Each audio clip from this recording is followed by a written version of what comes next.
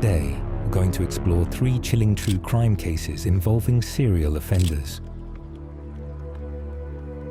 Let's begin with the first one. Investigators arrive at an ordinary terraced house on an ordinary street. From the outside, 25 Cromwell Street looks exactly like every other home on the road. Net curtains, a painted front door, a small garden out back with a patio that Fred West himself laid, proud of his handiwork, photographed smiling beside it. The neighbors knew him as a cheerful, talkative builder.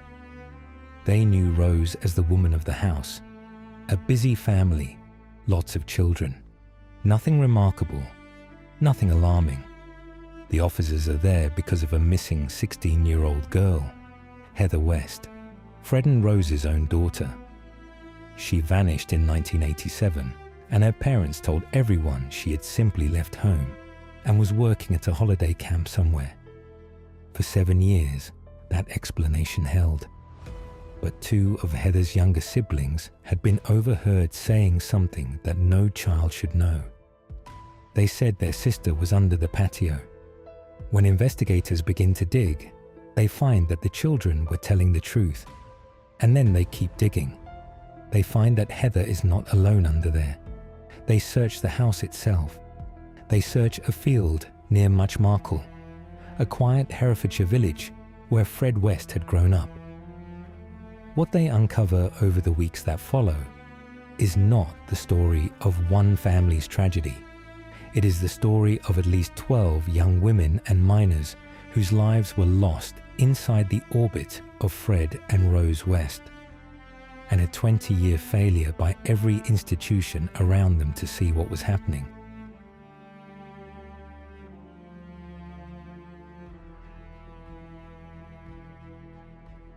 Frederick Walter Stephen West was born in 1941 in the rural Herefordshire village of Muchmarkle. He grew up in a family defined by poverty and physical labor. His father Walter worked the land. His mother Daisy ran the household with iron authority. They lived in a tied cottage on a farm and drew water from a tank. It was the rural poor of mid-20th century England, hard, insular, and largely unseen by wider society. Fred was Daisy's firstborn child to survive infancy. A daughter had died before him, and from that fact grew an intense and lasting favoritism. Daisy adored Fred and protected him fiercely. Those who knew the family observed that she was the dominant force in the household, practical, tough, and not easily crossed. Fred absorbed that model. Women were powerful figures who demanded pleasing, but who, if handled correctly, would protect him. His formal education ended at 15. He left school with the reading and writing ability of a 7-year-old. He was not unintelligent. He had sharp practical skills, a gift for fixing things, and a natural ease with people. He liked to talk and impress young women. But behind the easy manner, something else was developing. Fred was already displaying an approach to women that those around him found troubling. Not troubling enough to act on, but troubling enough to notice. He pursued girls in ways that felt more like pressure than courtship. No one intervened. In his mid-teens, Fred suffered the first of 2 significant head injuries. He came off a motorbike and was left unconscious at the side of the road. He was taken to Hereford Hospital, where he lay in a coma for several days. Those around him noted changes when he recovered. His aggression increased. His impulse control weakened. The character he had presented before the accident and the character he showed afterward were different enough that people remarked on it, including his own father. Neurologists who studied Fred West's case in retrospect have pointed to the likely role of damage to the orbital frontal cortex, the part of the brain associated with impulse control, emotional regulation, and the ability to anticipate consequences. Damage to this region does not create a high-risk individual from nothing, but in someone already developing harmful patterns, it can remove the internal checks that might otherwise limit escalation. A second fall in 1960 caused another period of unconsciousness, and those around Fred again observed behavioral changes, increased aggression, more exploitative behavior toward young women, and a narrowing focus on those who were least able to defend themselves or report. By 1961, at 19, he had already come to police attention for a deeply inappropriate contact with a minor. The case collapsed. No formal supervision followed. 150 miles away, in a small Devon town, a girl named Rosemary Letts was born on the 29th of November, 1953. Her mother, Daisy, had suffered from severe depression during pregnancy. When Daisy was 8 months pregnant, doctors administered electroconvulsive therapy.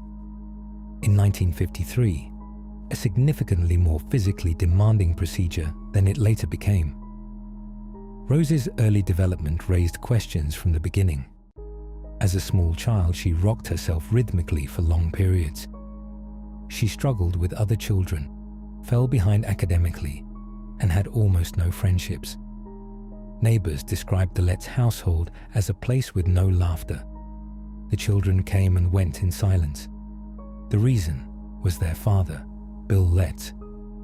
He had been diagnosed with a serious mental health condition in childhood, but never told his wife. He was controlling, volatile, and frightening, checking surfaces for dust, responding to any failure with eruptions of abuse. He struck his wife and the children. He once poured scalding water over his wife when she intervened. The Letts household was defined by the threat of what might trigger the next outburst. Rose was the exception. Her father showed her a singular and disturbing closeness he extended to none of the other children. He did not strike her. He spent time with her alone. Psychologists who later studied the case noted this dynamic appeared to involve inappropriate behavior that fundamentally shaped Rose's understanding of relationships, to control and to cause pain.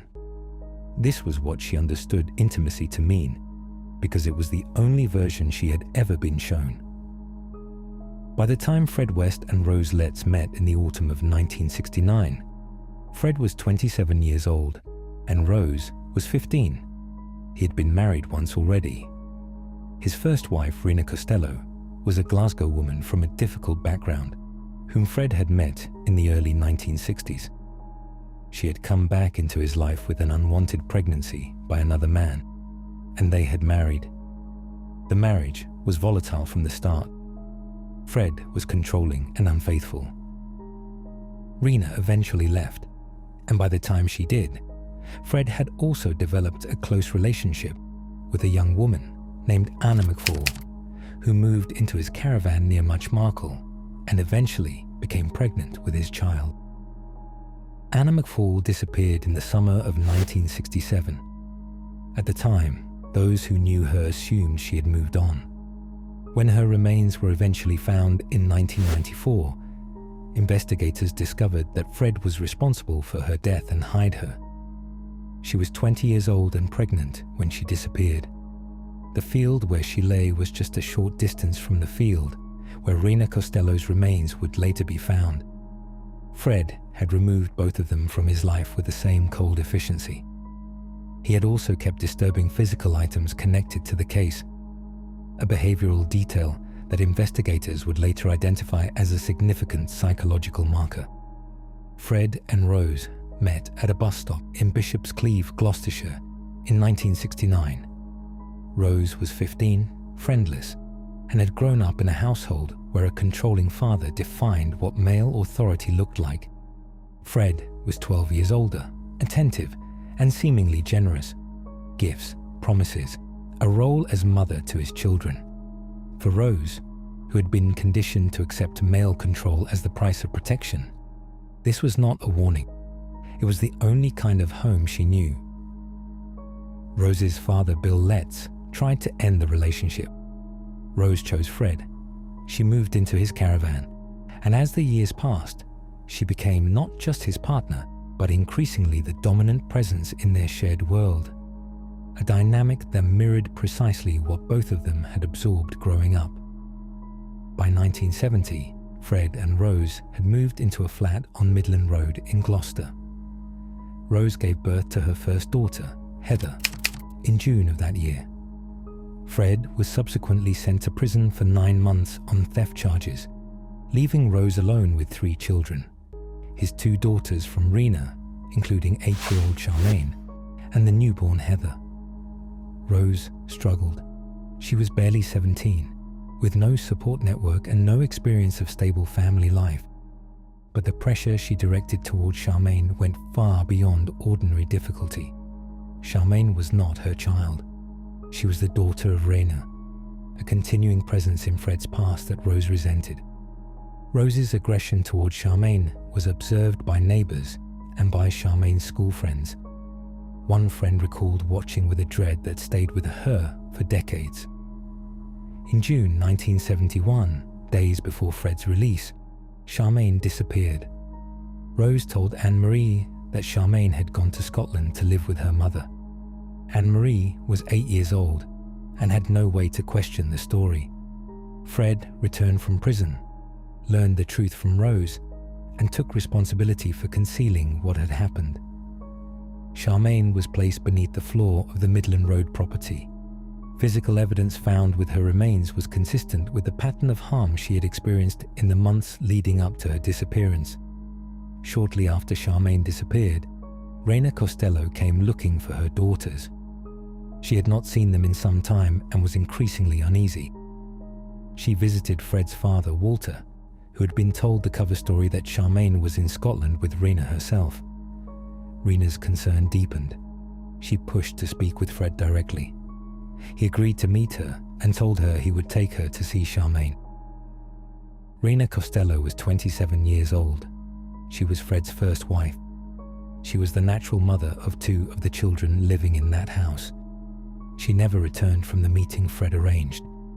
Her remains were found in 1994 in a field near Muchmarcle, not far from Anna McFall. A small object found near her remains, a child's plastic toy, was consistent with the pattern of personal items investigators would later connect to Fred's behavior at other scenes. Rena had made the mistake of asking too many questions about a child who was already gone. Fred and Rose married in January 1972 and soon after purchased a house that would become one of the most recognized addresses in British criminal history.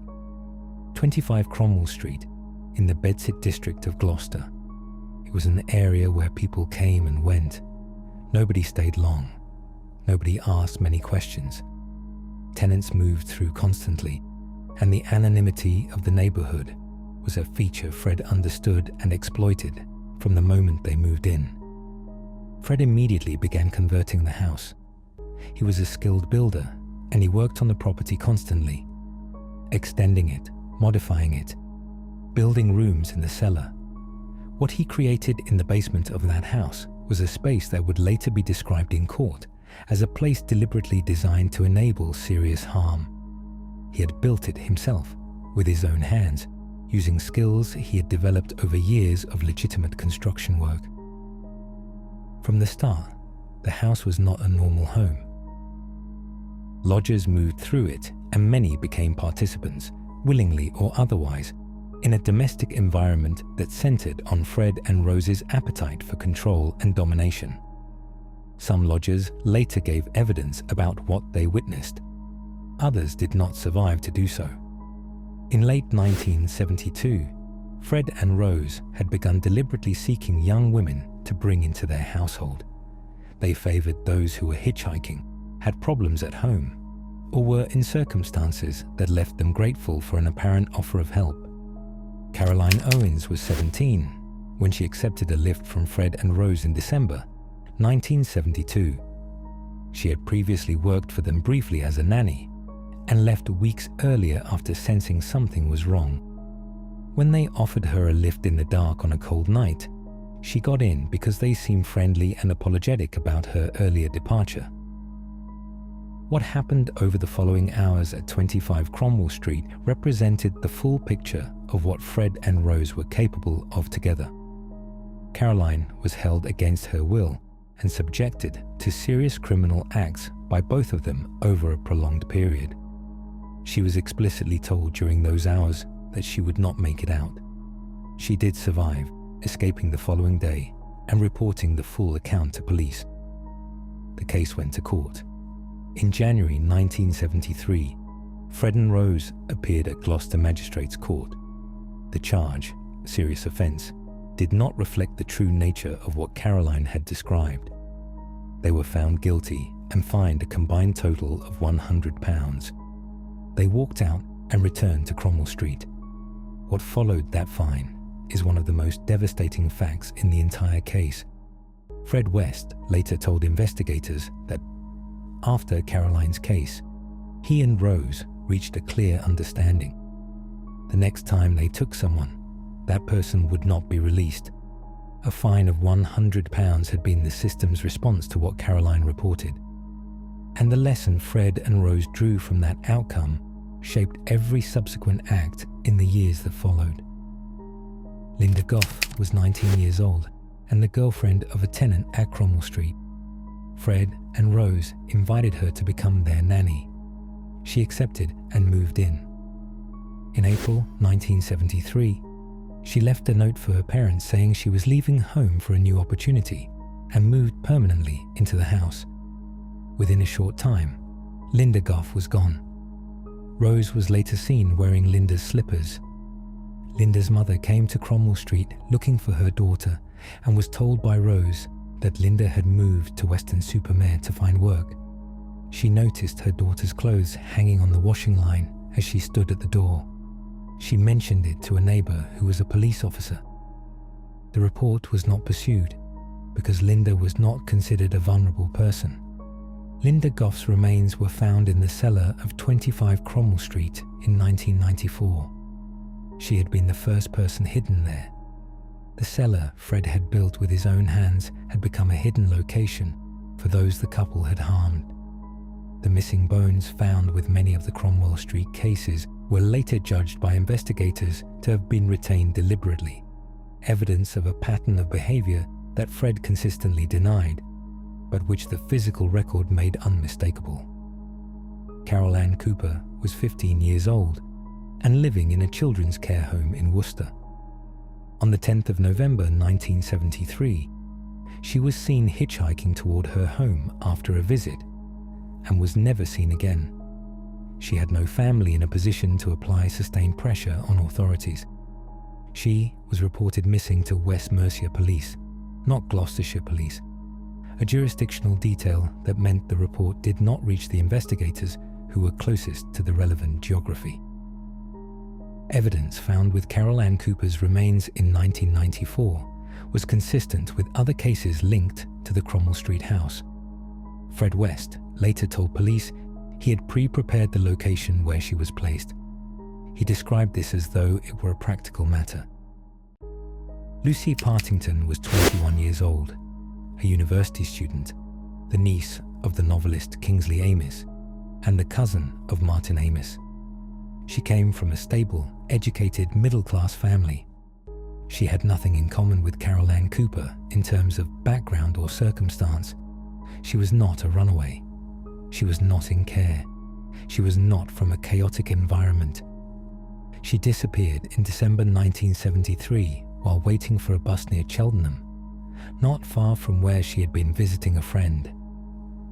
The difference in Lucy Partington's background compared to many of the other individuals connected to this case illustrates something critical about how Fred and Rose operated. One group of those they harmed came from damaged circumstances: girls in care, runaways, those with no family network to ask persistent questions. Another group, like Lucy, came from entirely stable backgrounds. What connected all of them was not vulnerability in the traditional sense. It was simply the fact of being young, female, and in a place where Fred or Rose could offer a plausible reason to accept a lift. Rose's presence in the car was, investigators concluded, a crucial element in reassuring young women who might otherwise have declined. Lucy Partington was reported missing, and a significant investigation followed. Nothing pointed toward Cromwell Street. Her family spent more than 20 years not knowing what had happened to her. Her remains were found in the cellar in 1994. Over the following years, at least 5 more young women and girls lost their lives within the Cromwell Street house or connected to Fred and Rose's activities. Therese Siegenthaler, 21, was a Swiss sociology student hitchhiking toward Holyhead in April 1974. Shirley Hubbard, 15, was a girl in care who disappeared in November of the same year. Juanita Mott, 18, a lodger with connections to the house, vanished in 1975. Shirley Robinson, 18, moved into Cromwell Street as a lodger in 1977 and became pregnant. Her pregnancy placed her at the center of a domestic tension that proved fatal. She was carrying Fred's child, and Rose, who was also pregnant at the time, was unwilling to accept the threat Shirley represented to her position in the household. Shirley Robinson disappeared in 1978, 8.5 months into her pregnancy. The last confirmed case connected to the Cromwell Street house was Alison Chambers, 16, who had been in care at a Gloucester children's home. She disappeared in 1979 after Fred had been observed by staff at the home offering lifts to the young residents. She had written to her mother saying she had found a wonderful new family to live with and was very happy. She was placed in the garden at 25 Cromwell Street. Throughout these years, Fred and Rose West presented to their neighbors, colleagues, and acquaintances an image of a large, busy, unconventional, but fundamentally ordinary family. Fred was the chatty builder who was always doing something to the house, always happy to talk, always cheerful. Rose was the busy mother of a growing number of children. She and Fred would eventually have 5 children together, in addition to the children from previous relationships. The children who grew up in that house were subjected to prolonged mistreatment from early childhood. Anne-Marie, Fred's daughter from his relationship with Rena, was the first. She gave evidence at Rose's trial about years of harm that had begun when she was 8 years old. Fred had described to her and to others what he called a father's responsibility to his daughters, a framing so deeply distorted that Howard Ogden, Fred's own solicitor, recalled being genuinely unable to process it when Fred first articulated it during questioning. Fred believed what he was saying. He did not appear to understand that it was wrong. Fred and Rose took their children to accident and emergency departments 31 times over the years. They used different hospitals on different occasions. On at least one visit, a child presented with a condition that should have prompted immediate safeguarding intervention. It did not. The pattern was not joined up. Social services, hospitals, schools, and police each had fragments of the picture. None of them had the whole. And because none of them had the whole, none of them acted. Catherine Halliday was a neighbor of Fred and Rose in Cromwell Street, who became drawn into their world and later gave evidence at Rose's trial. She described being invited into Rose's bedroom and encountering an atmosphere that moved quickly from unusual to genuinely threatening. Over a period of time, she participated in what began as consensual interactions that grew steadily more controlling. One day, she discovered that she had been physically harmed, injured with a sharp object without her full awareness. She changed her plans to spend Christmas at the house. She later said she believed that decision saved her life. Catherine Halliday was diagnosed with liver cancer around the time she agreed to participate in a documentary about the case. She said she wanted to be on record as someone who had been in that house and come out. She described Rose as cold, domineering, and entirely in control of what happened in that environment. She survived Fred and Rose. She lived for 24 years after first walking through their door. Heather West was Fred and Rose's eldest biological daughter. She had grown up inside that house and knew more about what happened there than her parents were comfortable with. By 1987, when she was 16, she had begun talking to friends at school about aspects of life at home. including the fact that Rose regularly entertained men at Cromwell Street. Fred and Rose became aware of what she had been saying. In June 1987, Heather's hope of leaving rested on a job at a holiday camp that she had been told she would not be getting. That same month, Heather left the house one morning and did not return. Fred and Rose told the other children that Heather had gone away, was living somewhere else, and was working as a professional. They told Fred's family the same story. Fred later laid a new patio in the garden. He was photographed at the celebration that marked its completion, smiling, a can of something cold in his hand, standing above the place where his daughter now lay. The chain of events that finally brought the Cromwell Street house to the attention of investigators began not with a missing persons case, but with a 13-year-old girl who told a friend that Fred West had seriously assaulted her and filmed the incident. The friend told a local police officer. On the 6th of August 1992, officers arrived at 25 Cromwell Street. They were there to investigate allegations of serious concerns involving a child. Police searched the house and found a significant quantity of highly concerning material, including recording equipment and evidence involving the West children. Fred was arrested and taken in for questioning. Rose was arrested separately. The 5 youngest West children, aged 9 to 15, were taken into care.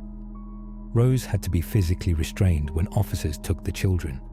Fred, by contrast, was calm in the early stages of questioning, cooperative, chatty, seemingly unbothered by his situation. The 13-year-old girl ultimately decided not to give evidence, and in June 1993, the case at Gloucester Magistrates Court collapsed before a jury could be sworn. Fred and Rose were free to go home. They had escaped the consequences of their actions yet again. It would be the last time. Among the officers involved in the 1992 investigation was Detective Constable Hazel Savage, an experienced Gloucestershire detective who had encountered Fred West for the first time 25 years earlier. In 1966, she had been sent to Scotland in connection with a minor theft case involving Raina Costello. During that interview, Raina had spoken about Fred in terms that Hazel Savage never entirely forgot. She described him as violent, and not right and deeply troubled the head. She had said he was someone she was frightened of having access to her children. After the 1993 case collapsed, Hazel Savage remained focused. She learned that a social worker had overheard an exchange between 2 of the West children still in care. One child had threatened the other with the words, "If you don't do what I say, you'll end up beneath patio like Heather." A short time later, another child told a social worker that the family was not allowed to talk about certain things because if they did, they would be harmed and placed beneath the patio like Heather. Hazel Savage pushed for a full search of Cromwell Street. Senior officers were initially resistant. The evidential basis for digging up a private garden was not straightforward, and the potential for public embarrassment if nothing was found was real. But the children's words were too specific and too consistent to dismiss.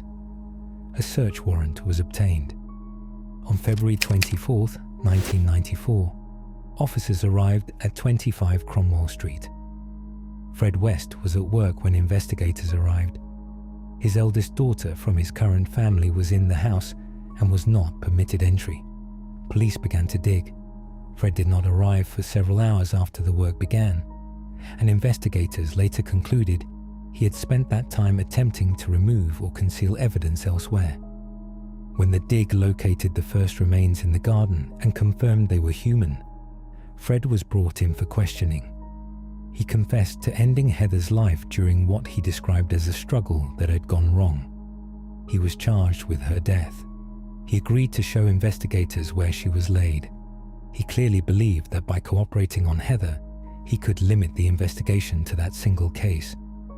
He was wrong. The pathologist Professor Bernard Knight, one of the most experienced forensic specialists in the country, examined additional fragments found during the search and confirmed that more than one set of remains was present. The garden held 3 separate individuals. When police extended the search to the inside of the house, they found that the cellar contained further remains. The scale of what was being uncovered became clear over days and then weeks. 9 individuals were found in or beneath the Cromwell Street house. A further 2 were found in fields near Muchmarcle, including Rena Costello and Anna McFall. Charmaine was found beneath the Midland Road property. Over the weeks of excavation, Fred's approach to investigators shifted repeatedly. He gave confessions that mixed genuine detail with clear fabrication. He told officers that he could not always remember names. He described some of those he had harmed in terms that revealed a deeply disturbed internal narrative. He claimed that he was helping them, and that they were in some sense grateful to him from wherever they now were. He was not performing this belief for the cameras. He appeared to genuinely hold it. Fred gave a total of 11 formal interviews with detectives during the investigation. In those interviews, he openly discussed the preparation involved in concealing remains, post-mortem alteration of remains, almost casual tone, as though discussing routine building work. Investigators noted that he showed no visible distress when recounting these details. Rose adopted a different strategy from the moment Fred admitted involvement in Heather's death. She and Fred had made an agreement. He would accept responsibility, she would stand by him, and he believed he would serve a limited sentence before they resumed their life together. Rose had no intention of honoring that arrangement. When investigators confronted her with news of Fred's confession, she expressed shock and outrage. From that point forward, her consistent position was that Fred was the responsible party, that she had been manipulated and deceived by him, and that she was as much a victim of his behavior as anyone else. Fred West had been charged with 12 counts of ending lives. He was remanded to Winson Green Prison in Birmingham to await trial. In the months after his arrest, he wrote letters to Rose that those who read them described as the letters of a man who still believed, against all the evidence, that there was a future for the two of them. He wrote poetry. He signed off with declarations of love. Rose did not respond. She had made her position clear in court on the 30th of June 1994, when she and Fred appeared together for the first time in months for a remand hearing. She very visibly and deliberately ignored him. Witnesses in the press gallery recalled the moment as one of the most striking of the entire case. On New Year's morning, 1995, a prison officer found Fred West dead in his cell at Winson Green. He had died by suicide. He was 53 years old. He had never stood trial. He had never been cross-examined. He had never given a full and truthful account of what had happened. The answers to many questions about the full extent of his actions went with him. Rose West's trial opened at Winchester Crown Court on the 3rd of October 1995. She was charged with 10 counts of causing death, 2 counts of serious assault, and 2 counts of indecent assault. The move to Winchester was deliberate. The level of publicity surrounding the case in Gloucester made a fair trial there practically impossible. The prosecution assembled substantial evidence. Anne-Marie gave testimony about the ongoing mistreatment she had experienced from the age of 8, carried out by both Fred and Rose. Caroline Owens gave full evidence for the first time about what had happened in December 1972, the night she had reported to police 23 years earlier, when the result had been a fine of £100. Catherine Halliday described her experiences in the house. Rose's own mother, Daisy, gave evidence for the prosecution. Forensic findings were presented in detail. Rose herself gave evidence. Her legal team later acknowledged this was a mistake. She was a poor and unconvincing witness. She denied all knowledge of the deaths, blamed Fred entirely, and presented herself as a woman who had been controlled and misled. The jury did not believe her. On the 22nd of November 1995, 10 unanimous verdicts of guilty were returned. Judge Charles Mantell sentenced Rose West to life imprisonment on all 10 counts and made a formal recommendation that she should never be released. The 12 individuals whose deaths were confirmed and charged in connection with Fred and Rose West each had lives that extended well beyond the circumstances of their deaths. Lucy Partington's family, including her cousin Martin Amis, wrote publicly about what the loss meant and continued to mean. Martin Amis later dedicated his 2000 memoir experience to Lucy's memory. Lucy's mother, Margaret Partington, became an active campaigner against the use of victim impact in parole hearings, channeling her grief into advocacy work that lasted the rest of her life. Charmaine's sister Anne-Marie carried the weight of that loss from childhood. Caroline Owens, who survived, has spoken publicly for decades about the long shadow the ordeal cast over her life. Their names and their stories are the actual content of what this case was. The Fred and Rose West case exposed a systemic failure that was not unique to Gloucester or to the 1970s. Social services had contact with the family repeatedly and did not act on the pattern. Hospitals treated injured children without connecting the frequency of visits to anything requiring investigation. Police in 1972 received a credible account of serious offences by 2 people who had explicitly threatened their accuser of serious harm and responded with a fine equivalent to what a motorist might pay for a minor road offence. The children of Cromwell Street were in the house throughout all of those years. They witnessed enough that their words, overheard by a social worker in care proceedings in 1993, contained the precise detail that eventually brought officers back with a warrant. It was Fred and Rose's own children who provided the language that finally opened the investigation. After the case, the phrase that entered public discourse came from Detective Chief Superintendent John Bennett, who led the excavation. The police never particularly joined up the dots, and social services never particularly joined up the dots. Each agency had a fragment.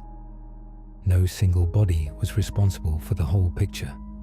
That structural failure prompted reform, new interagency protocols, and changes to how child protection investigations are conducted in Britain. Changes whose origins trace directly back to Cromwell Street and the years when every institution around that house looked at its own piece of the picture and saw nothing alarming enough to act on. Rose West has been held in prison since her arrest in 1994. She has served her sentence at various locations including HMP Durham and HMP Low Newton. She has made applications for appeal and for review of her sentence on multiple occasions. All have been denied. The judge's recommendation at sentencing, that she should remain in custody indefinitely, has been upheld through every review to date. She has never acknowledged responsibility for any of the deaths. She has never provided information to the families of those who affected about what happened to their daughters and sisters. Several families have spoken publicly about the very real additional harm caused by that ongoing silence, the inability to know the full circumstances, the absence of any account that might allow a measure of understanding or closure. Rose West, as of the time of writing, remains in custody. She has given no interview, made no statement, and offered no acknowledgement to the families who have waited 30 years for answers she has chosen not to provide. The case of Fred and Rose West is a reminder that the most concerning situations are often hidden behind the most ordinary appearances. A house on a normal street, a chatty neighbor, a busy family. If this story stayed with you, share it with someone who needs to hear it, because understanding how harm operates behind closed doors is the first step toward preventing it. Subscribe to this channel for more documented cases that shaped how we protect people, investigate harm, and address intuitional failures for the gaps that allowed cases to continue. Stay aware, trust what feels wrong even when nothing appears unusual, and never underestimate how important it is for people in authority to join up the dots. Now, let's move on to the second horrifying serial killer story, Lake Gibson, Ontario, June 29th, 1991. A man fishing on the lake noticed something at the waterline. The level had been dropping steadily through a dry summer. What he saw when he looked more closely brought him to a stop. Concrete blocks, partially surfaced, with what appeared to be remains attached. 16 miles away, at that exact moment, Paul Bernardo and Karla Homolka were exchanging wedding vows, horse-drawn carriage, ball gown, champagne, more than 100 guests. The fairy tale wedding they had been planning for 2 years was happening at precisely the same hour that officials were pulling 14-year-old Leslie Mahaffey from a lake, concealed in concrete blocks. Leslie had been taken 2 weeks earlier. She had been held at the couple's home. She had been gone for days before the wedding even took place. The guests had no idea. The photographer had no idea. Nobody did. So who were these two people? And how had they gotten here? That answer begins before the wedding, before Leslie, before any of it. It begins in 1987, in Scarborough. It was a pet food industry conference at a hotel in Scarborough, Ontario. Karla Homolka was 17 years old, working part-time at a veterinary clinic in St. Catharines. Paul Bernardo was 23, studying to qualify as a chartered accountant and already working at a major firm in Toronto. They were introduced briefly during the day and then met again that evening in the hotel restaurant. Those who knew both of them described the encounter as immediate and electric. Karla was intensely drawn to Paul's appearance and confidence. Paul was equally drawn to her. They spent hours together that first night, and by the time the conference ended, they had already decided to continue seeing each other. The attraction itself was not complicated. What was underneath it, on Paul's side, was something Karla did not yet fully understand. And what was underneath it on Karla's side was something the courts would spend years trying to establish. Paul Kenneth Bernardo was born on August 27, 1964, the youngest of 3 children. His family lived in Scarborough, a suburb of Toronto. On the surface, the household appeared functional. Paul was good-looking, sociable, athletic, and did well enough at school to go on to university. He was a Boy Scout. He volunteered as a camp counselor as a teenager. These are the details that early acquaintances recall. The picture inside the house was different. His father was an abusive alcoholic. His mother suffered from severe depression and agoraphobia, and during Paul's teenage years had essentially retreated to the basement, isolating herself from both her husband and children. The atmosphere was one of sustained, unaddressed dysfunction that Paul became very skilled at hiding from anyone outside the home. When Paul was 16, his mother told him the man who had raised him was not his biological father. She had conceived Paul during a long-running affair. His reaction was immediate and severe, screaming arguments, lasting contempt, and the beginning of a directed hostility toward women that became increasingly apparent as he got older. Around the same time, he was found on more than one occasion looking through neighbors' windows at night. Complaints were made. He was sent away. The behavior continued. It was the beginning of a pattern that would escalate consistently over the next decade, always stopping just inside the boundary of what could be explained away. Karla Leanne Homolka was born on May 4th, 1970, in St. Catharines, Ontario, the eldest of 3 daughters. Her parents were well regarded in their community. The family was stable, socially connected, and outwardly happy. Karla was bright. She had a tested IQ above 130, popular, and had a specific, detailed vision of her future. A handsome and financially secure husband, an expensive wedding, and what she understood to be the ideal life. She loved Disney, collected Disney merchandise, and spoke regularly to friends about what her wedding would look like. What some friends also noted, observations that took on different significance later, was Karla's occasional draw toward darker themes. She went through a period of dressing all in black, expressed interest in the occult, and on one occasion insisted that a friend help her dig up a deceased pet in the garden because she wanted to see what had happened to it. Her friend was uncomfortable. Karla found it interesting. When her relationship with Paul began in late 1987, the change was visible almost immediately to everyone around her. She became entirely oriented around him, dressed the way he preferred, structured her time around his visits, and grew visibly anxious in ways she had not been before. Her family adored him. He was polite, articulate, well presented, and appeared to have excellent prospects. Her parents called him the son they had never had. What Karla was privately learning during this period about Paul's sexual expectations, his specific demands, and the threats he made when those demands were not met, she kept entirely to herself. In May 1987, 2 young women in Scarborough were targeted in their own gardens. The offender approached from behind, threatened them to stay silent, and fled. Both incidents were reported and treated as connected. Same area, same method, same approximate description, but there was no identified person. The offender had been careful to avoid being seen clearly. By December of that year, 2 more incidents had occurred, targeting women aged 15 and 17. The pattern was becoming defined. Late at night, near bus stops, or on quiet residential streets. Lone young women. The offender stalked them first, sometimes following buses through the neighborhood to identify targets, then moved fast from behind and disappeared. Metropolitan Toronto authorities formed a dedicated team and began collecting statements. Through 1988 and into 1989, the incidents continued at regular intervals with a consistent escalation in both force and the nature of what the offender demanded.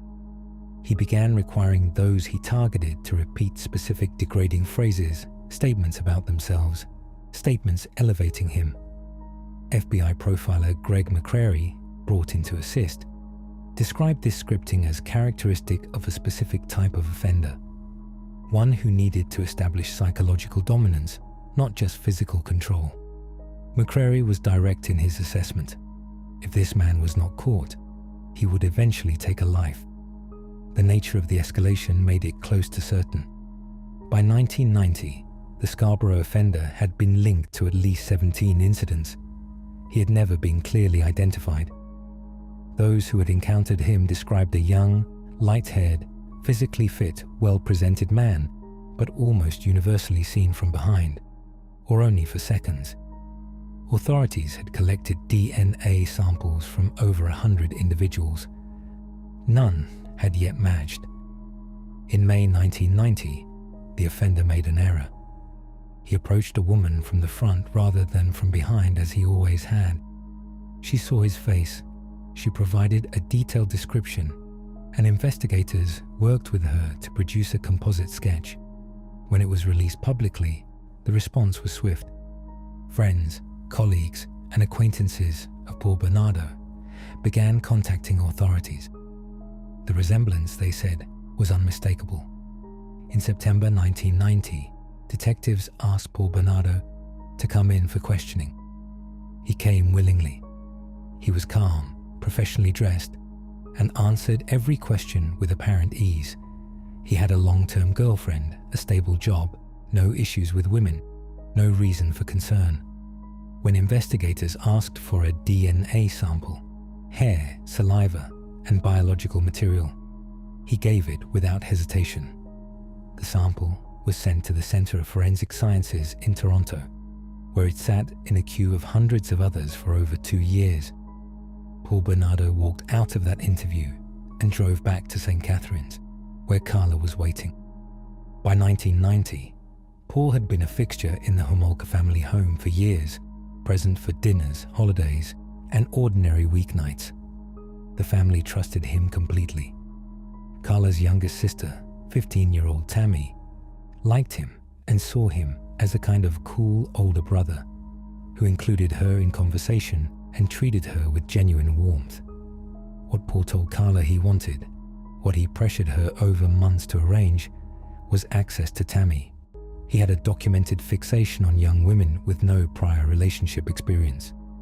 Karla had been in relationships before meeting him, and he had been explicit that this bothered him. He framed what he wanted as something Karla could offer him, a gift. What he was describing was the deliberate targeting of her 15-year-old sister. Over time, Karla agreed to help make it happen. Karla had access to pharmaceutical anesthetics through her work at the veterinary clinic. Over the course of 1990, she began taking small amounts home. Her first attempt in June used a sedative in Tammy's food. The dose was insufficient and Tammy became drowsy, but not fully unconscious. Paul did not proceed. A second attempt was planned for December. On the night of December 23rd, 1990, with her parents asleep upstairs, Paul and Karla gave Tammy drinks containing sedatives through the evening. When Tammy became unresponsive, Karla placed a cloth soaked in halothane, an anesthetic-soaked cloth over her sister's face to prevent her from waking. Both Paul and Karla harmed Tammy while she could not respond. It was documented on tape. Tammy began reacting badly to the halothane. She had a severe reaction. Because she was unconscious and on her back, she suffered a fatal reaction. Karla, who had veterinary training, attempted to revive her. They turned her over, cleared her airway, and tried to get her to respond. It was not enough. 15-year-old Tammy Homolka passed away on the floor of the family living room while her parents slept above her. Paul and Karla called emergency services and told them that Tammy had been drinking, had gone to sleep, and had suffered a fatal reaction. The story was consistent with a tragic accident. Paramedics and officials found no immediate reason to doubt it. A post-mortem examination detected traces of sedative in Tammy's system, but this was not initially connected to anything deliberate. An unusual mark on her face, caused by the halothane cloth, was accepted as a friction mark from their revival attempt. The death was ruled accidental. The family mourned. Karla cried at the service. Paul was described by those present as visibly upset. Within weeks, they had resumed planning their June wedding. A close friend of Karla's later recalled that Karla expressed not grief, but frustration. Frustration that her parents were taking so long to recover, because she was concerned the mood would affect the wedding preparations. At the time, that detail was not understood for what it was. 14-year-old Leslie Mahaffey was a high school student in Burlington, Ontario. Well-liked, creative, and close to her younger brother Ryan. She had a curfew, and when she missed it, her parents would lock the front door and require her to knock and explain herself before being let in. On the night of June 14th into the early morning of June 15th, Leslie attended a memorial gathering for a friend who had died in a road accident. By the time she was walking home, it was past 2 in the morning. She reached her house, found the door locked, and chose not to knock.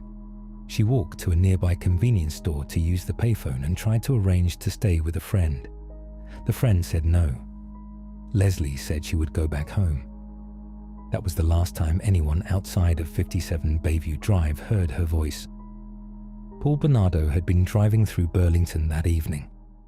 By his own later account, he had been doing this regularly, moving through residential areas late at night, looking for someone vulnerable and alone. He saw Leslie on the street, pulled alongside her, offered her a cigarette, and began talking. She got in the car. He drove her to Port Dalhousie, woke Karla, and presented Leslie as someone he had brought home.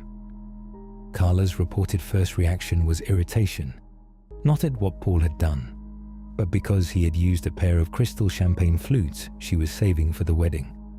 That detail appeared in Karla's own account. She chose to note it. Over the next 24 hours, Paul and Karla held Leslie at the house, committed repeated harm against her, and filmed the entire thing.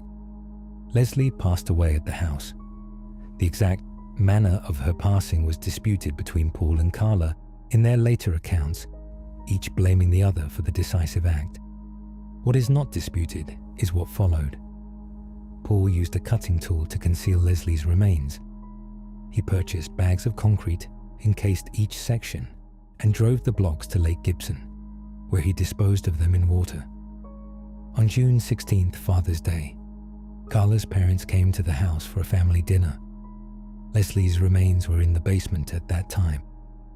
Karla went up and down the stairs multiple times during the visit, retrieving food and drinks. Paul spent the afternoon with his future in-laws. The visit passed without incident. 2 weeks later, on June 29th, Paul and Karla had their fairy tale wedding in Niagara-on-the-Lake. While the reception was taking place, a man fishing on Lake Gibson saw concrete blocks at the waterline. Officials were called. Remains were recovered from 8 concrete blocks. 14-year-old Leslie Mahaffey was identified through dental records. Investigators had a case. They had no named person of interest. 15-year-old Kristen French was walking home from Holy Cross Secondary School on the afternoon of April 16, 1992. It was broad daylight on a quiet residential street. Paul and Karla had spent that afternoon driving slowly through the area near the school, looking for a suitable target. They had a method now, tested once before. Karla would approach someone as a non-threatening presence, a young woman who needed directions, and Paul would move in once the target was close enough. Kristen had been careful. After Leslie Mahaffey's case became public, she had spoken to friends about staying alert and aware.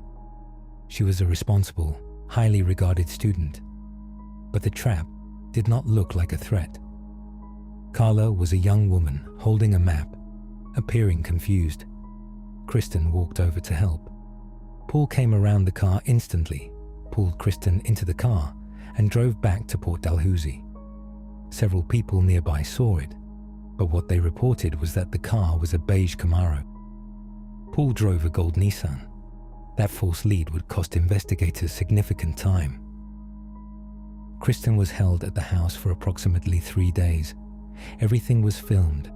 Paul and Karla committed sustained acts of harm against her throughout her captivity.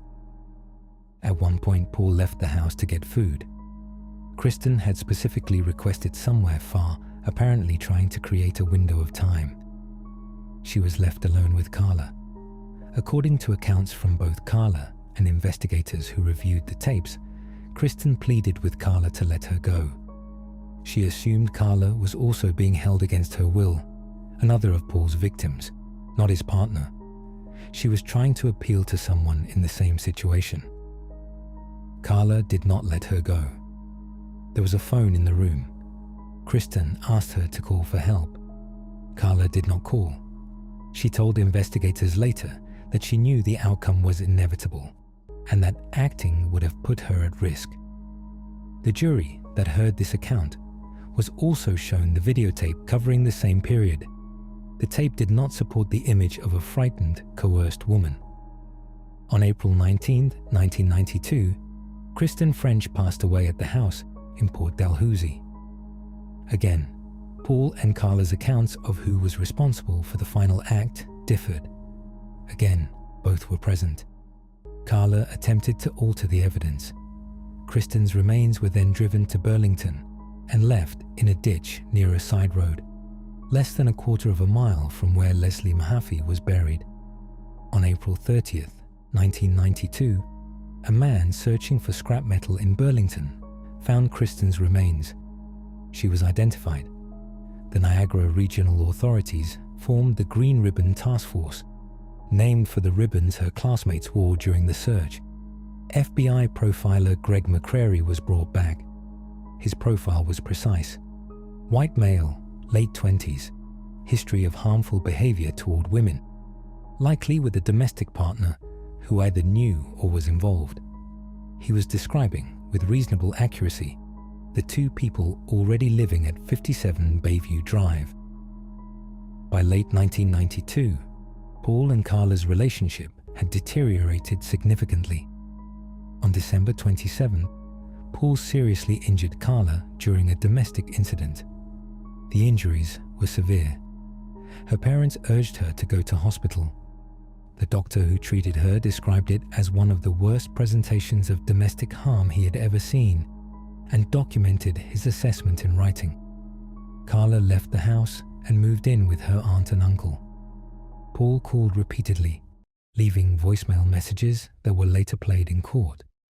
His voice cycling between sobbing, pleading, and threatening. Karla, in the weeks that followed, began to talk, first to her family, then, on the advice of an attorney, to authorities. Karla's attorney was George Walker of St. Catherine's. She told him that Paul was responsible for the passing of Leslie Mahaffey and Kristen French, and that she had been present under duress. She also disclosed the passing of her sister Tammy. She said there were videotapes documenting what had happened, hidden somewhere in the house at Port Dalhousie. Walker began negotiating with prosecutors. The position he advanced was that Karla was an abused spouse who had been coerced into participation in her husband's crimes, that she had acted out of fear, not choice.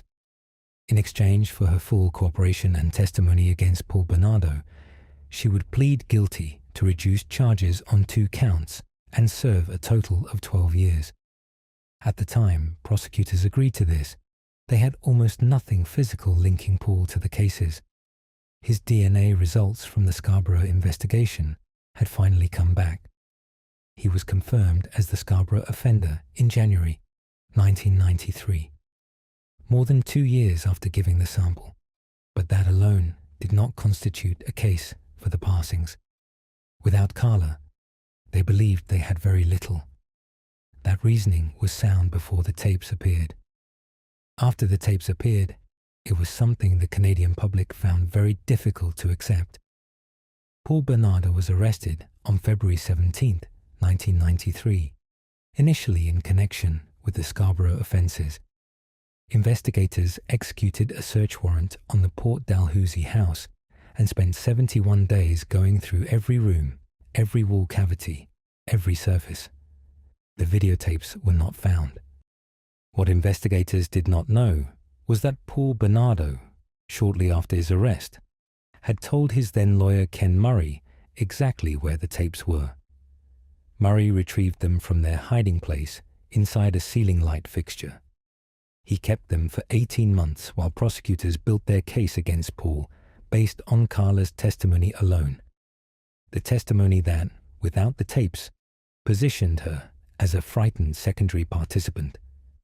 In September 1994, Murray withdrew from the case. Paul's new attorney, John Rosen, took over. Murray disclosed the tapes to Rosen. Rosen turned them over to prosecutors. The deal with Karla was already signed, sealed, and legally binding. Murray was later charged with obstruction and cleared.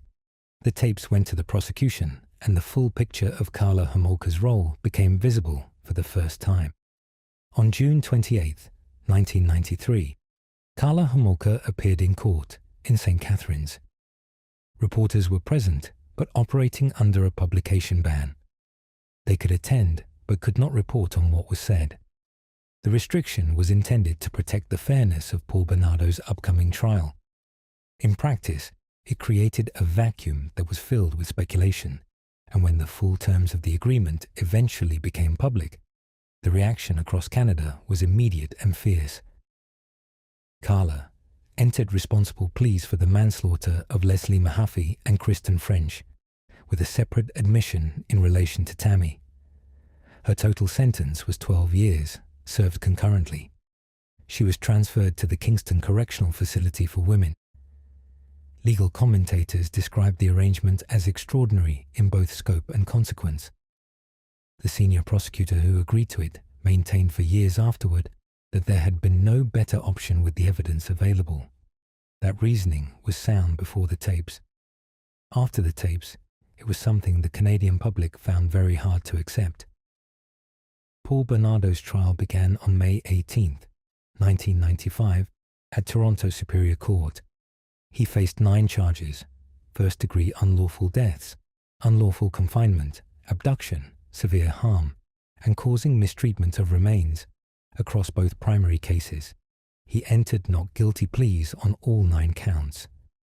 The central strategy of his defense was to argue that while Paul had been present and committed harm, he was not responsible for the passings, and that Karla was. Rosen argued that Leslie passed away because Karla removed a blindfold Paul had placed over Leslie's head, making her able to identify them both, which in Karla's view made her passing necessary. A similar argument was made in relation to Kristen French. The prosecution presented the videotapes as documented material.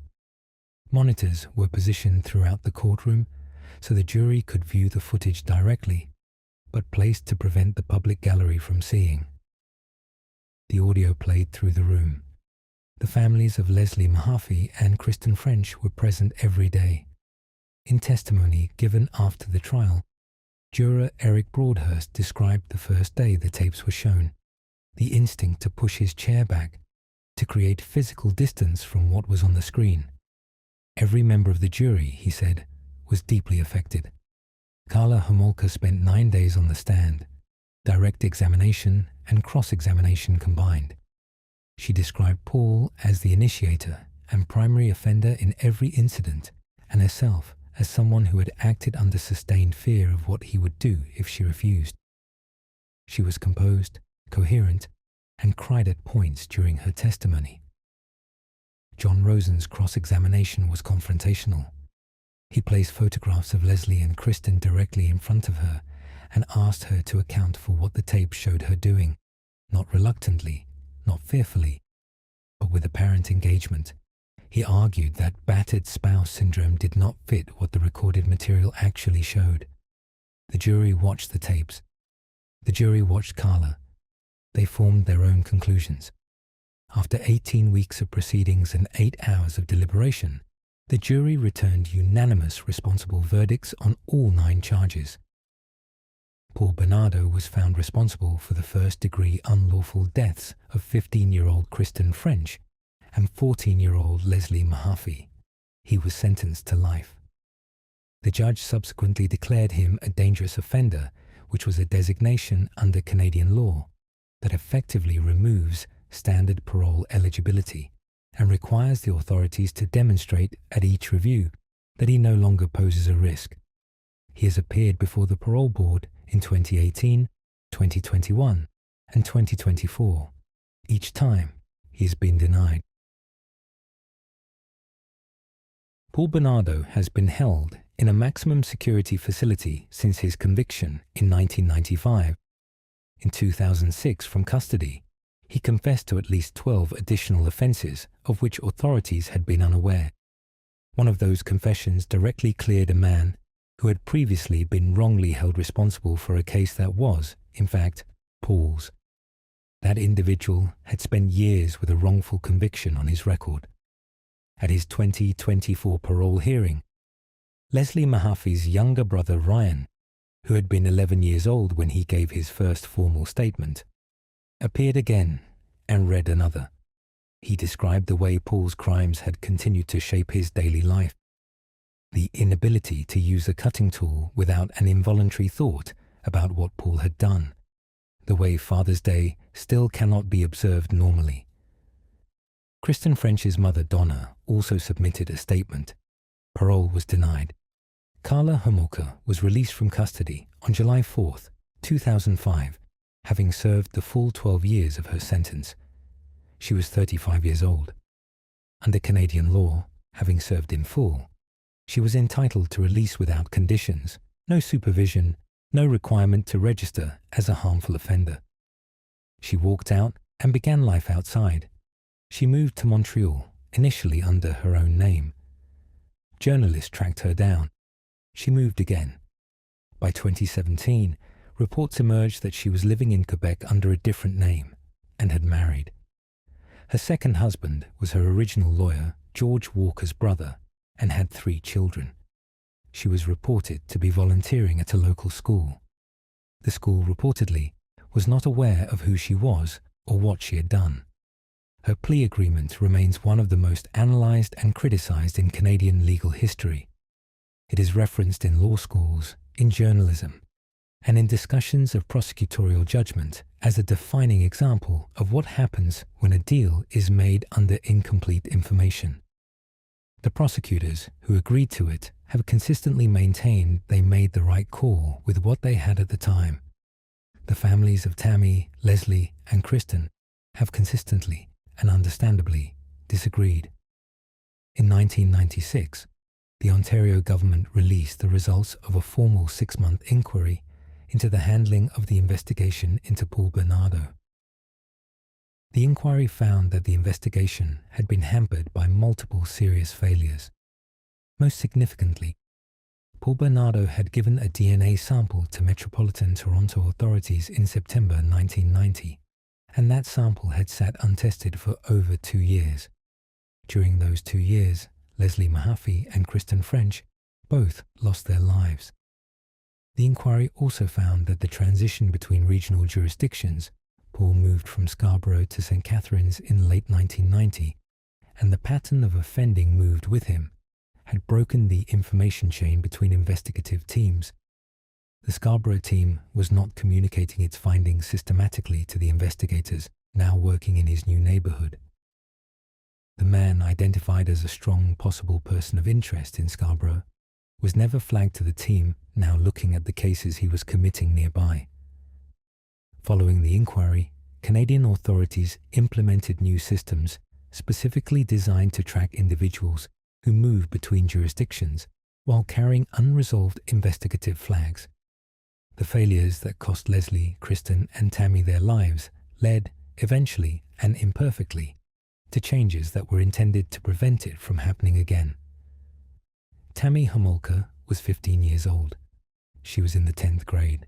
She ran cross-country, played soccer, and passed away on December 23, 1990, in her own home, at the hands of her sister and the man her family had welcomed as a son. Nobody has ever been formally sentenced specifically for what was done to her. Her name does not always appear at the top of summaries of this case. It should be the first name anyone says. Leslie Mahaffey was 14 years old. She had a younger brother named Ryan who loved her and was 11 when she was taken. There is a memorial bench near her family's plot and a heart-shaped garden at her school. She was creative and kind, and on the night she was taken, she was standing outside her own front door, trying to figure out how to avoid getting in trouble with her parents. She deserved to make it inside. Kristen French was 15 years old. She was an athlete. She was described by everyone who knew her as unusually mature, deeply caring, and fiercely principled. During her captivity, she said in response to a direct threat that some things were worth facing harm over. The Green Ribbon Trail in St. Catharines is named for the ribbons her classmates wore while searching for her. A memorial at the trail entrance is dedicated to her. She deserved a long and full life. She was not given one. This case does not end neatly. It does not end with a clean verdict that accounts for everything, or a sentence that feels proportionate to what happened. One of the two people responsible has been in custody for 30 years and will likely remain there.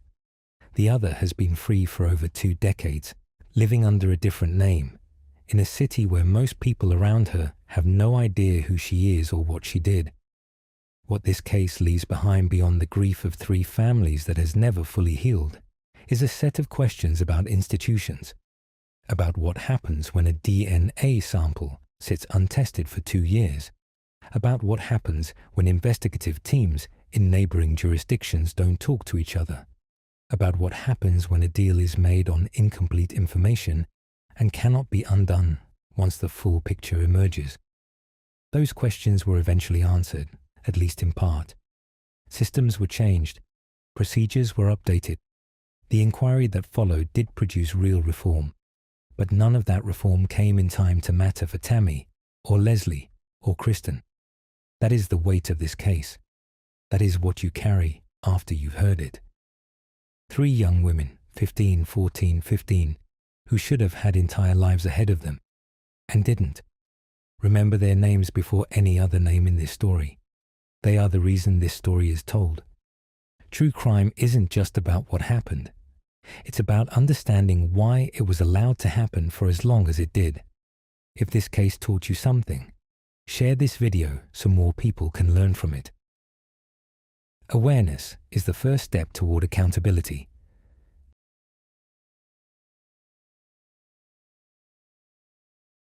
Now, let's move on to the third horrifying serial killer story. Summer, 1983. A man is driving home from work when he notices a pickup truck he doesn't recognize turning into his girlfriend's street. He follows it. He watches it pull into the driveway of a small house a few blocks from the highway. He waits. The truck doesn't come out. He goes back with Marie's family. They find a local officer. The officer knocks on the door. A man answers, calm, cooperative, slightly confused by the fuss. He says there's nobody there but him. The officer thanks him and leaves. Marie Malva was 18 years old. She had been in that house. She was never seen again. The man who had answered the door went to work the next morning at the truck plant in Renton, punched in on time, and spent the day spraying paint on vehicles like he always did. His co-workers found him steady and unremarkable. He showed up. He did the work. He did not cause problems. His name was in a police report filed that same day. Logged, assigned a case number, placed in a filing cabinet alongside thousands of others. It would sit there for 18 years. And in those 18 years, Marie Malva's boyfriend, the man who had followed that truck, who had stood within feet of the door, who had done everything right, would wait for an answer that did not come. Marie was not the first. She was not the last. By the time that report was filed, at least 20 women had already went missing from the same stretch of highway. And the man who answered the door that afternoon went home, had dinner, read his Bible, and got up the next morning and did it all again. To understand how a man does that, you have to understand what kind of man he was before any of this began.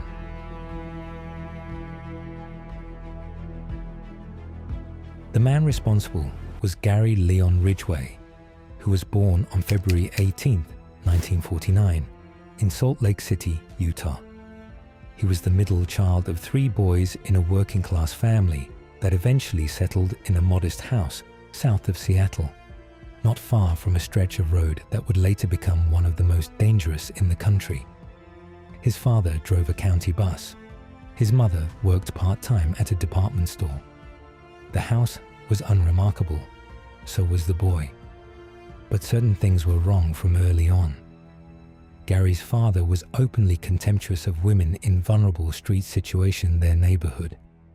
He would point them out to Gary from the bus, call them names, describe them as worthless, and then, according to what Gary himself later described to investigators, his father would sometimes leave him waiting in the vehicle while he went to approach those same women out. Contempt and desire, running together, modeled by the one man Gary was supposed to look up to. His mother created a different kind of disruption. Neighbors and classmates remembered her as glamorous in a way that stood out. Tight clothing, heavy makeup, always drawing attention. Gary later admitted to investigators that he had developed deeply troubling feelings he later described as shameful. He also admitted to wetting the bed well into his teens, and the routine his mother carried out as a result, washing him in the bathtub in ways he later described as deeply unsettling. For the investigators and psychologists who would eventually study Gary Ridgway in extraordinary detail, these early experiences pointed towards something specific. A profoundly disordered relationship with women was being built in that household, one founded on simultaneous attraction and resentment, on desire and contempt existing side by side. At school, Gary was slow. He needed to repeat a year and eventually graduated 2 years behind his peers. He made virtually no impression on teachers or classmates. A childhood friend described him as simply there, quiet, unremarkable, not causing trouble, not standing out, invisible in the way some children are. At 13, he did something that, in hindsight, would have been recognized as an unmistakable warning sign. He lured a 6-year-old boy into bushes near his house, told the child he wanted to know what it felt like to harm someone fatally, and seriously injured him. The child recovers. The incident was never connected to Gary. Nobody was looking at him. Nobody ever would be. Not for decades, not until he told investigators himself during a later account that would span hundreds of hours. After finishing school, late at age 20, Gary married his high school girlfriend and joined the Navy. He was deployed to the Philippines, where he later admitted to visiting women in vulnerable street situations there, seeking illicit encounters and treating those women in ways that mirrored the contempt and desire pattern he had grown up watching his father model. He was in his 20s. The behaviors were already established. When he returned from deployment, his wife told him she had been with someone else while he was away. The information landed on him in a particular way. Gary began using a specific word to describe her, a word of contempt, one that investigators would hear him apply again and again throughout his later life to any woman he felt had disappointed or humiliated him, any woman who he believed had exercised power over him in a way he resented. The word revealed something about how he organized his thinking about women in general, not as individuals, but as a category that could fall into two states, acceptable and betraying. That first marriage ended. He took a job spray painting trucks at the Kenworth truck manufacturing plant in Renton, Washington, a job he would hold for more than 30 years without incident. His co-workers found him steady and unexceptional. He showed up. He did the work without causing any problems. He did not stand out. In the early 1970s, Gary married a second time. The relationship was defined, by his own account, by an intense and troubling relationship demands. His behavior became obsessive and inappropriate. His wife eventually left him when their son was around 5 years old. The loss of his son's daily company affected him, he later said. Shortly after, he frequenting Highway 99 and approaching vulnerable women there, the road known simply as the Strip, the same highway his father had once pointed out from the bus window years before. He visited the Strip regularly through the late 1970s. Police contacted him twice about his activities there. He answered their questions calmly and was allowed to leave. In 1980, he was arrested in connection with a vice-related offense and paid a fine. 2 years later, a woman on the Strip reported that a man named Gary Ridgway had become physical with her during an encounter. She filed a report. He was questioned.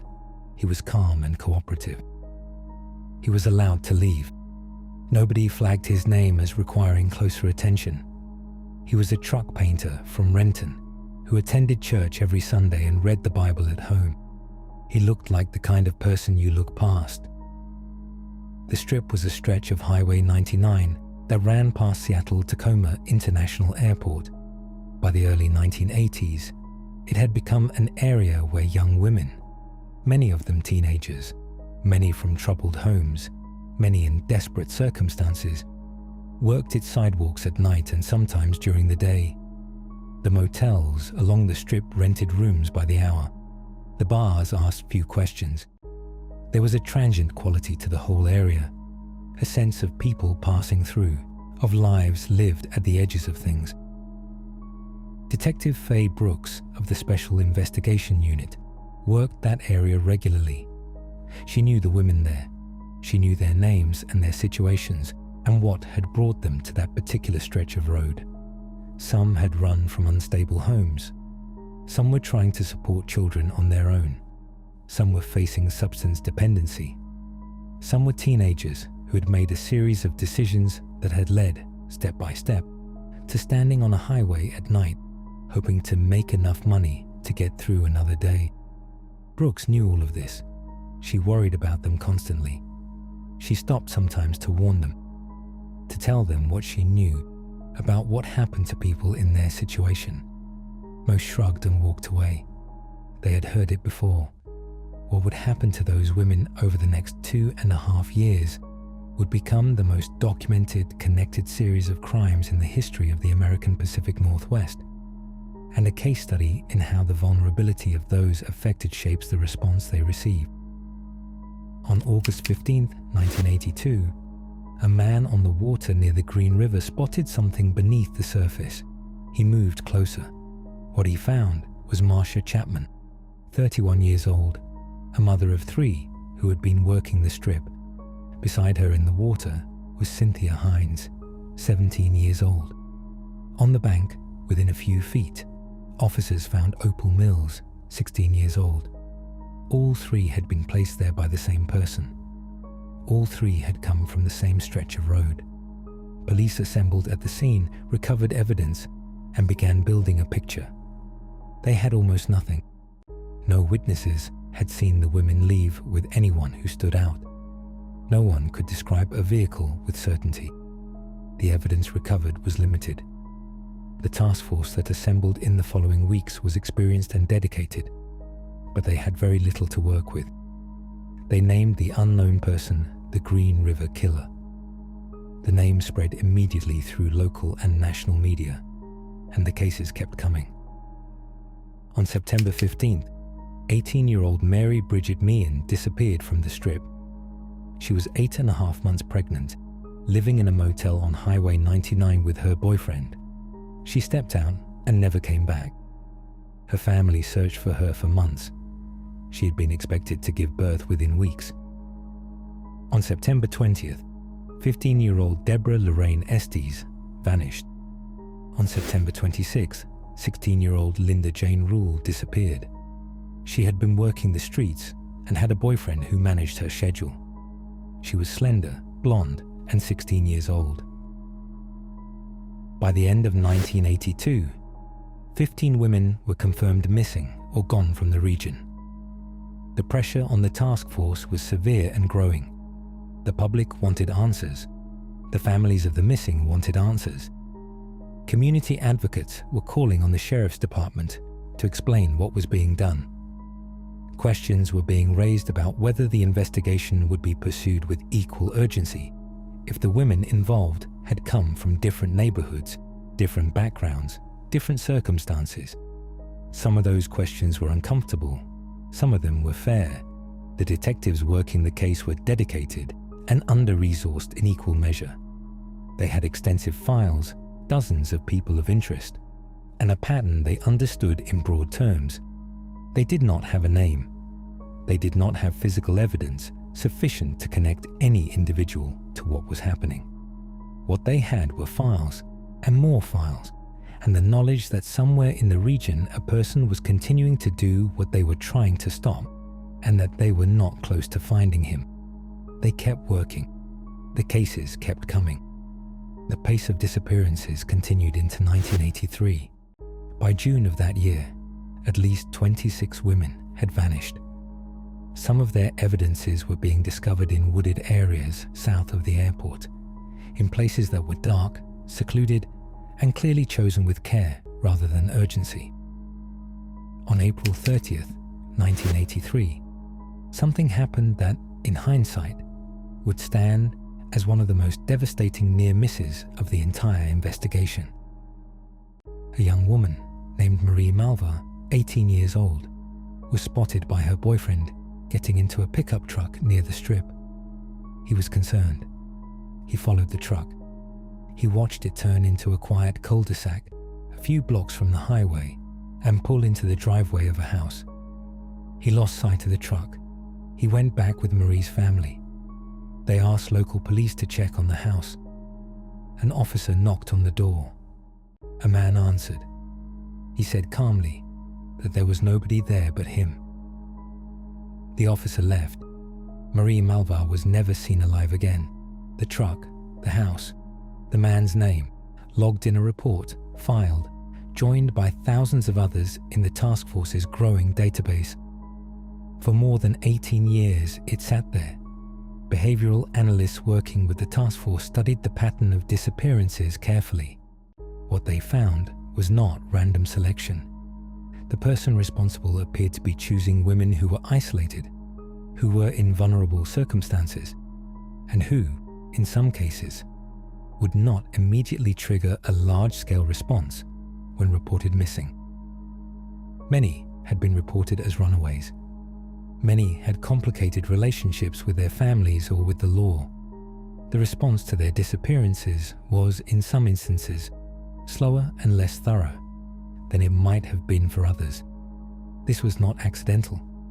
The perpetrator had some understanding of how the system worked and used that understanding to operate with reduced risk. Combined with his ability to appear completely normal in any ordinary interaction, it gave him an extended window of opportunity that few offenders in American history have exploited for as long. Analysts described him as an organized offender, someone who planned each encounter, controlled the situation from the moment contact was made, and took deliberate steps to minimize what he left behind. He was methodical. He arrived where he needed to be, did what he intended to do, and left without attracting attention. He had been doing this long enough by 1982 to have refined his approach to a level of efficiency that made detection extremely difficult. What made him additionally hard to identify was the nature of his appearance. Women who survived encounters with him, or who had seen him at close range on the strip, gave consistent descriptions. He was stocky, of average height, with a plain and forgettable face. He did not look menacing. He looked like someone you would walk past without a second thought. A truck driver, a tradesman, an ordinary working man on his way somewhere. Completely calm during even the most alarming moments. Nothing about him, several women said, would have made them get out of the vehicle before they understood what was happening. He also used something that analysts identified as a deliberate form of reassurance. He had a son. He sometimes brought his young son in the vehicle when he drove the strip, a detail that later emerged in his later account and that investigators found deeply disturbing. The presence of a child in the truck made him appear safe, made him appear to be exactly who he claimed to be. Just a man looking to spend some money, someone with a family, someone who was not a threat. It was calculated. Everything about his approach was calculated. Through autumn 1983, 5 more women disappeared. Some of the victim evidence being discovered had been moved away from the original locations, placed in foothill areas and remote terrain far from the strip. Moving victim evidence indicated deliberate awareness of the investigation, a calculated effort to disrupt the task force's mapping of the cases, and a degree of sustained operational planning that went beyond what the behavioral analysts had initially expected. Winter came and the cases did not slow. By the end of 1983, the full scale of what was happening had become undeniable, and the person responsible was still unknown. By early 1984, the Green River Task Force had grown significantly, drawing in additional personnel, resources, and expertise from across the state. Suspects numbering in the hundreds had been interviewed and formally cleared. Tips had flooded in from across the country. Not all of them credible, many of them time-consuming to investigate and rule out. It was, by that point, one of the most resource-intensive investigations in the history of Washington state. The task force operated out of a dedicated facility with hundreds of file boxes and an early computer system being used to cross-reference names, vehicles, and locations. The volume of information was one of the investigation's central challenges. Every plausible lead had to be followed. Every name had to be checked. The system was generating more information than the team could efficiently process, and the useful threads were buried in a volume of noise that would have taxed any investigation. Gary Ridgway had been questioned again in 1983 as part of a broad sweep of known strip regulars. He remained cooperative and calm, answered every question put to him, and offered no reason for concern. In 1984, he was asked to take a polygraph examination in connection with the cases. He He passed it without issue. He was assessed as not deceptive by the examiner and moved lower on the task force's priority list. The saliva swab taken from him during questioning was logged and placed in storage with hundreds of other samples collected throughout the investigation. That swab would sit in storage for 17 years. Meanwhile, women who had survived concerning encounters with men on the Strip continued to come forward and give descriptions to investigators. The descriptions they provided were consistent with each other across multiple separate accounts. Stocky build, light complexion, a plain and forgettable face, completely calm during even the most alarming moments of contact.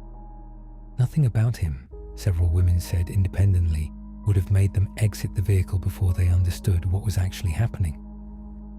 By spring 1984, the rate of disappearances that had defined the previous 2 years appeared to have dropped significantly.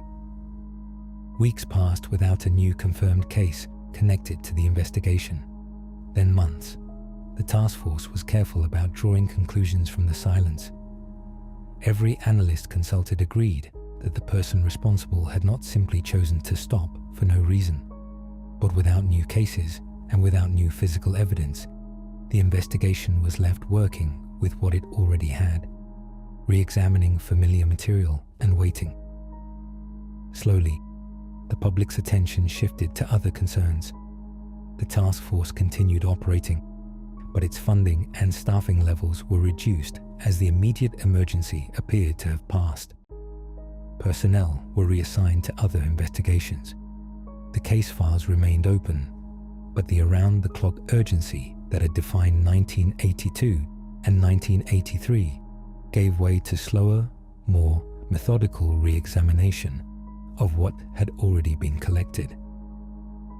By the end of 1984, the task force had formally confirmed connections to more than 40 cases spanning the region. The total was staggering by any measure in the history of American law enforcement. And yet, the person responsible was still unknown, still unconfirmed, still living in the same city as the detectives who had been hunting him for 2 years. Experts consulted throughout the investigation had maintained one consistent position. A person who had been doing what the Green River Killer had been doing does not simply choose to stop. They stop because they are apprehended. They stop because something prevents them from continuing. Or they move, and they continue somewhere else. The cessation of new cases in the Seattle area did not necessarily mean the crimes had ended. It might only mean they had moved beyond the task force's immediate view. Some investigators believed the person had relocated to another state or region. Others believed he was still in the area, but had shifted his approach or his target area in response to the increased police presence and public awareness around the Strip. A few believed he had passed away or been imprisoned for an unrelated manner and was thus unable to continue. None of them, in 1984, had the evidence to pursue any single theory to its conclusion. Gary Ridgway kept going to work at the Kenworth plant each morning. He continued attending church every Sunday without fail. He read the Bible at his kitchen table in the evenings. In 1985, he began dating Judith Mawson, a divorced mother in her 40s who lived nearby. He was polite and soft-spoken with her. He remembered small details she mentioned in conversation. He showed up when he said he would and did what he said he would do. He helped her move her belongings and told her she could choose the carpet for his house. Within months, they were living together. Gary Ridgway married Judith Mawson in 1988. She described him as the kindest man she had ever known. He never raised his voice. He was patient with her daughters and gentle with her grandchildren. She said the years they shared were the happiest of her life. She had no reason to think otherwise. He gave her none. For 16 years, Gary Ridgway lived what appeared from the outside to be a completely ordinary suburban life. He went to the Kenworth plant each morning and sprayed trucks. He came home in the evenings. He attended church. He and Judith danced, traveled, spent weekends with family. His neighbors found him unremarkable. His colleagues at work found him steady and predictable. His wife found him devoted.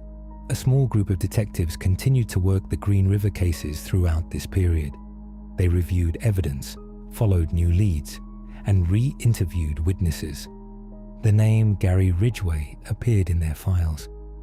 Without actionable evidence, they could not pursue him further. During the 1990s, advances in DNA analysis were transforming what was possible in forensic investigation. Techniques that had not existed when the first cases were investigated were now available, and they could be applied to biological samples that had been collected and stored years earlier. The task force still had those samples, including one from Marcia Chapman, the woman whose hand had moved with the current of the Green River on that August morning in 1982. In 2001, the decision was made to submit the old biological evidence for advanced testing. The laboratory results came back and were placed side by side with the saliva sample taken from Gary Ridgway in 1984. Detective Tom Jensen, who had worked the case for years, described the moment of seeing the comparison. The two profiles were the same. Under the scientific standards of 2001 DNA analysis, the probability of a coincidental match was effectively zero. The man they had been looking for, who had been in their files since the early 1980s, who had passed a polygraph test, who had answered every question and been sent home each time, had been identified. On November 30th, 2001, Gary Leon Ridgway was arrested in the parking lot of the Kenworth manufacturing plant in Renton, Washington. He was 52 years old. His co-workers watched as he was led away.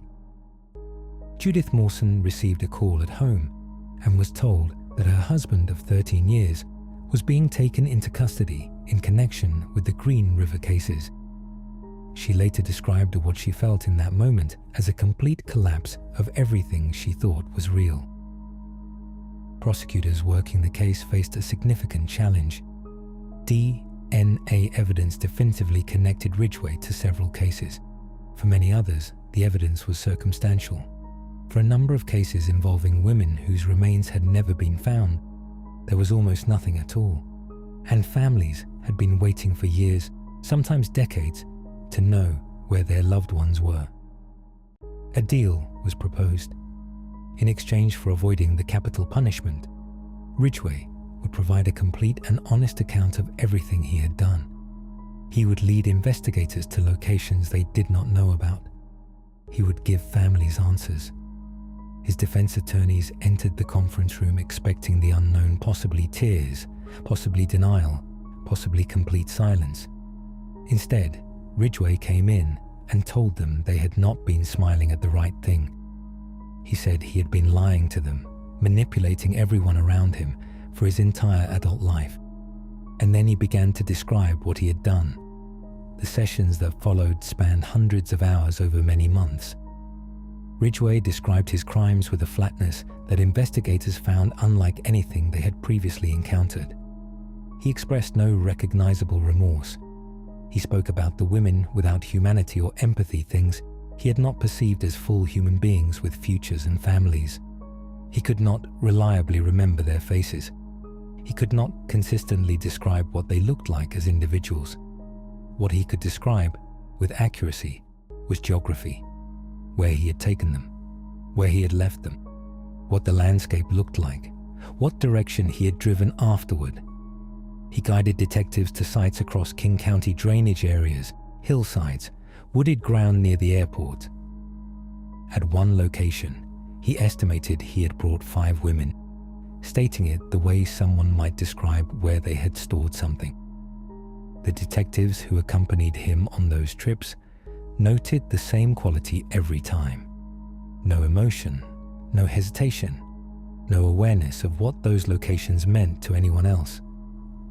Asked about individual women, he frequently said he did not know who they were, did not know their names, did not know how old they were or what they looked like. He said this as though it were a reasonable thing to say, as though the absence of any memory of them as people was simply a neutral fact. It was, to the investigators sitting across the table from him, one of the most disturbing aspects of hours of deeply disturbing conversation. There was one exception.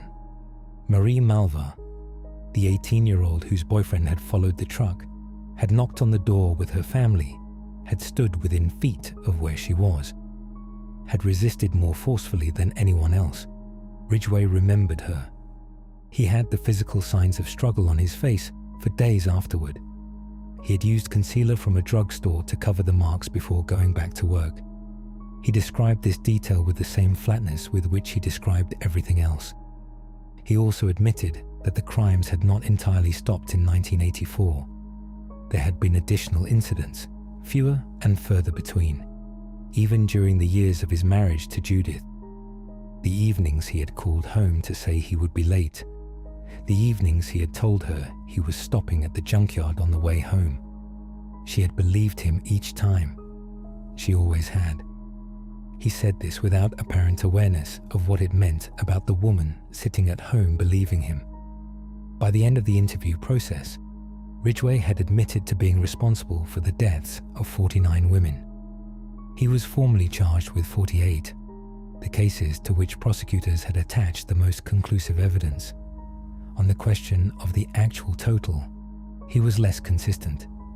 At various points, he suggested the number might be as high as 60. At other points, he seemed genuinely uncertain. Not because he was being evasive, but because, as he had stated plainly, the women had not registered as individuals to him at the time. He remembered locations. He did not remember people. On November 5th, 2003, Gary Leon Ridgway stood in a King County Superior Court and entered a formal admission in court to 48 charges. The proceeding that followed was unlike a standard court proceeding. There were no contested facts, no competing arguments about what had happened. What took place in that room was closer to a formal and public accounting. The names read aloud, the charges entered one by one, the same flat answer given 48 times. The families of the women sat in the gallery. Some had been waiting since 1982. Some had filed repeated inquiries with the task force over the years, been given limited information, and continued to wait. They were in the room now. Every name was spoken. Every charge was entered. The word guilty was said 48 times. Judge Richard Jones invited the families to address Ridgway before he was sentenced. What followed was one of the most affecting public proceedings in the history of Washington state courts, not for its drama, but for its honesty about loss. A relative of one of the women told Ridgway he was nothing, that he had earned nothing. She hoped his remaining years would be long and without comfort. Another described being a child waiting at home for a mother who never came back. The years of waiting, the absence that had shaped her entire life. Linda Rule's father stood. He was not one of those who hated Gary Ridgway, he told the courtroom. He had made a different choice. His faith required him to forgive. He forgave. The room went silent. Ridgway did not visibly react. He showed the same flat expression he had maintained throughout. Judge Jones, before delivering the sentence, instructed Ridgway to face the gallery. He wanted Ridgway to see the pain, the grief, the fury, and, in the case of Linda Rule's father, the extraordinary compassion that filled that room. The judge said he wanted that image to be the last public image Gary Ridgway would ever hold. He would carry it into state custody, and it would remain with him for the rest of his life. Gary Leon Ridgway was sentenced to 48 consecutive life terms in state custody with no possibility of parole. He would not receive hearings. He would not be considered for release. He would remain incarcerated for the rest of his natural life in the Washington State Penitentiary. He received the sentence with no visible reaction. He did not weep. He did not speak beyond what the proceedings required of him. The courtroom watched him be led away. Outside, families who had been present spoke to reporters, some still in tears, some composed, some simply standing in the aftermath of something they had waited years to see happen. There was no single emotion that covered what that day held for the people it most affected. There was relief for some. There was grief that would not be resolved by any verdict. There was the exhaustion of people who had carried something for a long time and were only now, in the smallest way, being allowed to set part of it down. He was taken to the Washington State Penitentiary in Walla Walla, where he has remained ever since. 48 names were recorded in that courtroom. Marcia Chapman, 31, a mother of 3. Opal Mills, 16. Cynthia Hines, 17. Mary Bridget Meehan, 18, 8.5 months pregnant when she disappeared. Deborah Lorraine Estes, 15. Linda Jane Rule, 16. Marie Malva, 18, whose boyfriend had followed the truck and knocked on the door and been told no one was home. And more than 40 others, each of them a person with a life, a family, and a future that was taken from them. Ridgway's own account suggested the total number of cases may have been considerably higher than 48, possibly 60 or more. Task force analysis of unsolved disappearances in the region over the relevant period pointed toward numbers that may have been higher still. What could be formally charged and proven was 48. What actually happened in the full accounting may never be completely known. What is not in dispute is the scale of loss, not only the women themselves, but the years that families spent without knowing, the children who grew up without mothers, the parents who grew old with no answers, the siblings who kept the person's photograph on a shelf and kept waiting. The Green River investigation has been studied extensively as an example of what went wrong and what eventually went right. Gary Ridgway had been reported by a woman he intimidated in 1980. A witness connected him to Marie Malva's disappearance in 1983. He was in the task force's files from the beginning. Each time, he was questioned, cleared, and sent home. A polygraph he passed in 1984 removed him from active scrutiny for 17 years. The technology gap was real. DNA analysis did not exist as a routine forensic tool in the early 1980s. The saliva swab collected from Ridgway in 1984 was correctly preserved. When advanced testing became available in 2001, the match was found quickly. The evidence had been there the entire time. Beyond technology, there were systemic failures in how disappearances of women working the strip were prioritized. Reports of threatening encounters received limited follow-up. The pattern took longer to identify because the women at its center were not always treated with the urgency they were owed. Detective Faye Brooks said it plainly. These women were someone's daughters, sisters, and mothers. The streets they worked on did not change what they deserved. The lessons from this case continue shaping law enforcement practice, cold case review, and forensic science training worldwide. Gary Leon Ridgway is currently in custody at the Washington State Penitentiary in Walla, Washington. He is serving 48 consecutive life terms. He has not given media interviews of significance since 2003. He has not corresponded publicly. He is, in every practical sense, removed from the world. Judith Mawson divorced him after his arrest and has spoken publicly in limited ways since then. She has consistently said she had no knowledge of what he had done. Investigators reached the same conclusion. She had been deceived completely and continuously for over 15 years by a man she believed she knew. What made Ridgway able to deceive her, to deceive detectives, to pass a polygraph, to operate for more than 2 decades without being caught, was not exceptional intelligence or unusual sophistication. It was something more unsettling than that. It was ordinariness, the ability to appear completely, unremarkably, convincingly normal, to look like the person you would never worry about.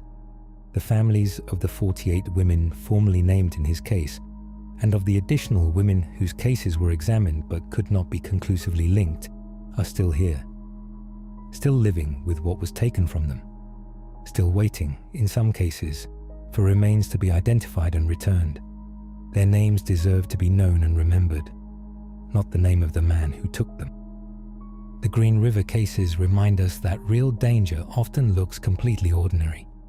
It goes to work, attends church, and smiles at the people looking for it.